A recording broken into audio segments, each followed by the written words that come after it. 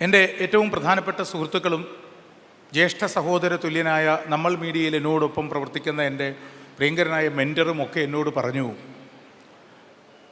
കുറച്ചുകൂടി ആത്മനിയന്ത്രണം വേണം, പലപ്പോഴും ചില വേദികളിൽ ചിലത് പറയരുത് എന്ന്.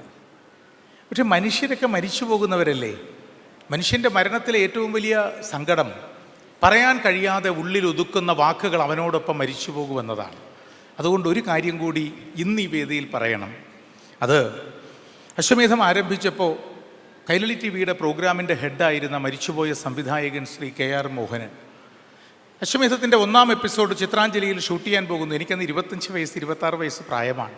ജീവിതത്തിൽ ഒരുപാട് പ്രശ്നങ്ങളുള്ള കാലമാണ്. എൻ്റെ ബ്രെയിൻ ചൈൽഡാണ്. അത് ജീവിതത്തിലൊരു വലിയ സ്വപ്നമാകാൻ പോകുന്നു, അത് യാഥാർത്ഥ്യമാകാൻ പോകുന്നു.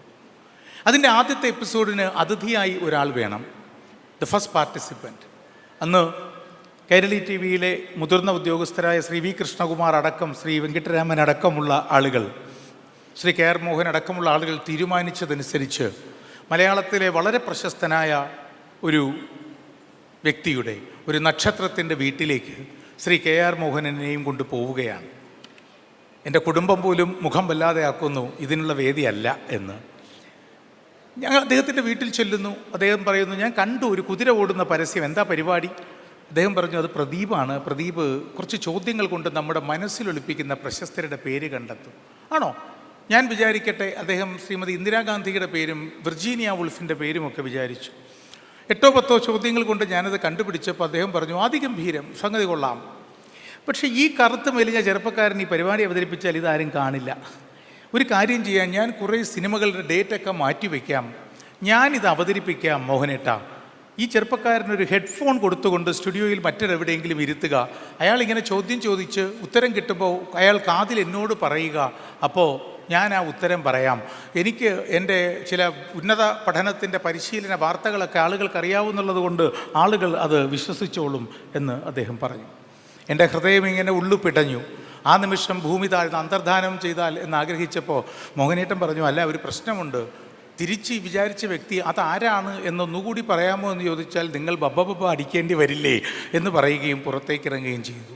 ഞാനെങ്ങനെ കരഞ്ഞു. കണ്ണുനീർ പുറത്തു വന്നപ്പോൾ മോഹനേട്ടൻ പറഞ്ഞു, നമുക്കൊരാളിനെ കാണാൻ പോവാം, നിനക്കൊരു ഉദ്ഘാടകനല്ലേ വേണ്ടത്. അങ്ങനെ ഞങ്ങളൊരാളിനെ കാണാൻ പോയി.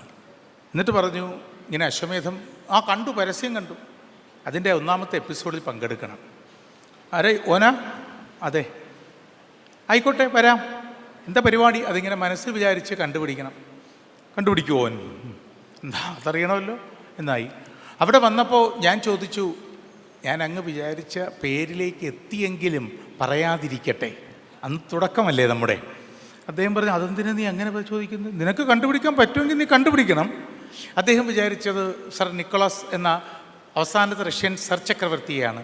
ഞാനത് കണ്ടെത്തി കഴിഞ്ഞപ്പോൾ നീ കൊള്ളാമല്ലോ എന്നൊക്കെ പറഞ്ഞിട്ട് അദ്ദേഹത്തിന് കൊടുത്ത 1 പവൻ, ഞാൻ കണ്ടുപിടിച്ചെങ്കിലും ആദ്യത്തെ എപ്പിസോഡായതുകൊണ്ട് 1 പവൻ നാണയം കൊടുത്തപ്പോൾ അത് വാങ്ങി പുറത്തേക്ക് ഇറങ്ങിയപ്പോൾ ലൈവ് ഓഡിയൻസിലെ വിരൽ ചൂണ്ടി, ഇതിൻ്റെ കല്യാണം കഴിഞ്ഞോ? ഇല്ല, ഇത് നിനക്കിരിക്കട്ടെ എന്ന് പറഞ്ഞിട്ട് പോയി.